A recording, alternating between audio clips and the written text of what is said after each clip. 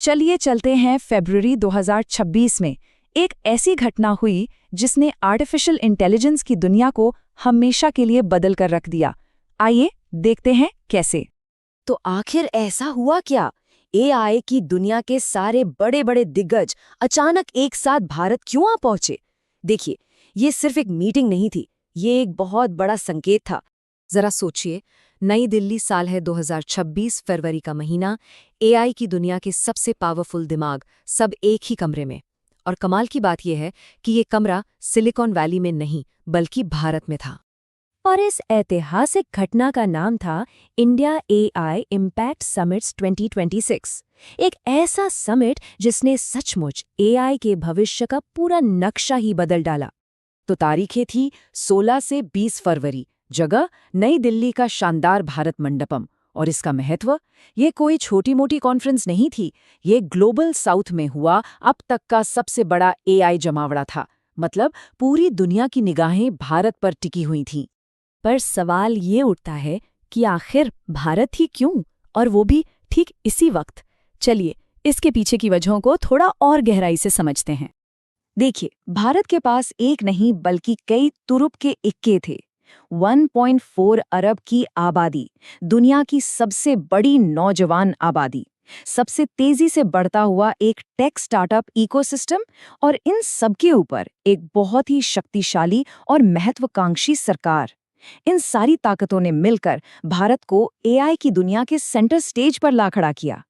और भारत के इरादे कितने बुलंद थे, इसका सबसे बड़ा सबूत खुद प्रधानमंत्री नरेंद्र मोदी के शब्दों में मिला। उन्होंने समिट की शुरुआत में ही ये बिल्कुल साफ कर दिया कि भारत अब एआई के लिए सिर्फ एक बाजार नहीं रहेगा, बल्कि भारत ही एआई का भविष्य बनेगा। लेकिन इस समिट की असली पावर, इसकी असली चमक, वो थी इसकी गेस्ट लिस्ट में। अब देखते हैं कि यहाँ कौन कौन मौजूद था जिसने इसकी अहमियत को सचमुच आसमान पर पहुंचा दिया।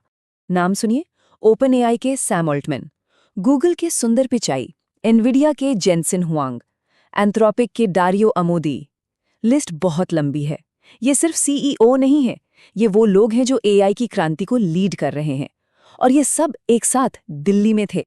पर रुकिए, ये कहानी सिर्फ टेक और कोड की नहीं थी। फ्रांस के राष्ट्रपति इमैनुअल मैक्रोन जैसे बड़े नेताओं की मौजूदगी ने इसे एक जियोपॉलिटिकल, मतलब एक भू राजनीतिक मंच बना दिया।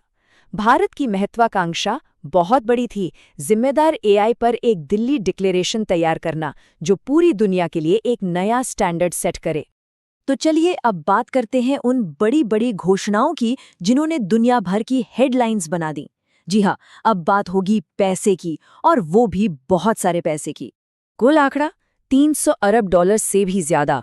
जरा सोचिए, ये रकम इतनी बड़ी है कि कई छोटे देशों की पूरी इकोनॉमी भी इसके सामने फीकी पड़ जाए। और ये सारा का सारा इन्वेस्टमेंट सिर्फ भारत में एआई के लिए। तो सवाल ये है कि ये पैसा आ कहां से रहा था? देखिए, रिलायंस ने डेटा सेंटर्स के लिए $110 अरब का वादा किया, अडानी ग्रुप ने $100 अरब का, माइक्रोसॉफ्ट और गूगल जैसी ग्लोबल टेक जायंट्स ने भी अरबों डॉलर का इन्वेस्टमेंट अनाउंस किया।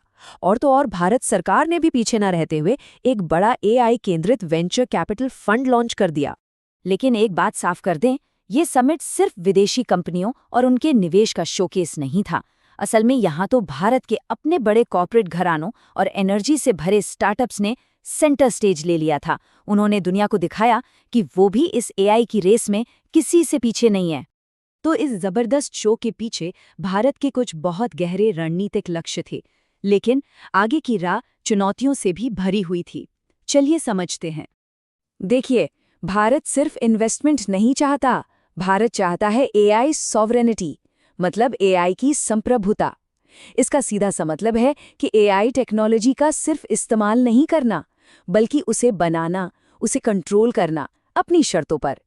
और इसी बड़ी सोच का सबसे बड़ा प्रतीक है भारत जेन। ये भारत का अपना एक सॉवरेन एआई मॉडल बनाने का बहुत बड़ा मिशन है। एक ऐसा एआई जो भारतीय डेटा पर बना हो, जो हमारे भारतीय मूल्यों को समझे, और जो हिंदी, तमिल, तेलुगु जैसी हमारी अपनी भाषाएं बोले। लेकिन जाहिर है, जहां इतनी बड़ी महत्वाकांक्षा हो, वहां चुनौतियां भी छोटी नहीं होती। एक तरफ ग्लोबल एआई सुपर पावर बनने का सपना है, तो दूसरी तरफ एनविडिया जैसी विदेशी कंपनियों की चिप्स पर हमारी भारी निर्भरता।